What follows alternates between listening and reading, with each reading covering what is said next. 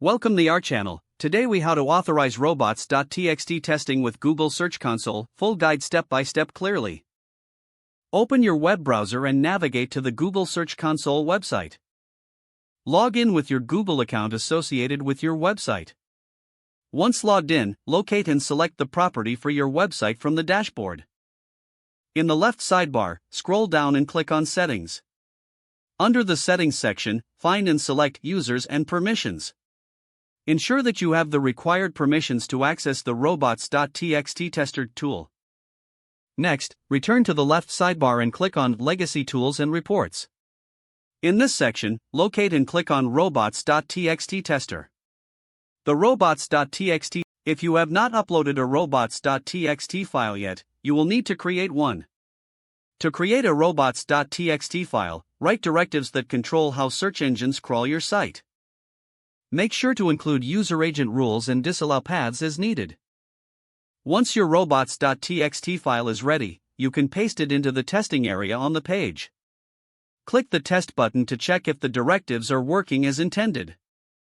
Review the results displayed below the test input area. The tester will indicate whether specific URLs are allowed or disallowed according to your rules. If adjustments are necessary, modify your robots.txt file and retest as needed.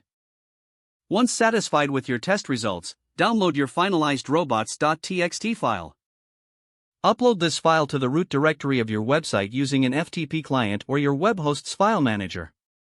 After uploading, return to the robots.txt tester and click the refresh button to fetch the latest version. You can now verify that the uploaded file is properly recognized by the tester. This process ensures that your robots.txt file is accurately configured for search engine crawlers. Once everything is verified, you can move on to monitor your site's performance in Google Search Console. If the page does not load, refresh the browser or try again in a private or incognito window. Make sure you are using the correct email address, then retype it carefully to avoid small typos. If your password is not accepted, use the reset option and create a new strong password you can remember. Check your spam folder for verification or security emails, then complete any requested confirmation steps. Enable two-factor authentication if available to improve account security and reduce unauthorized access risk. After signing in, review your profile details so your contact information and settings are accurate and current. If you see an error message, note it down and try again after restarting your device and internet connection. Log out when you finish, especially on shared devices, to keep your account and payment information secure. If the page does not load, refresh the browser or try again in a private or incognito window. Don't forget to like this video and subscribe to our channel for more step-by-step tech guides.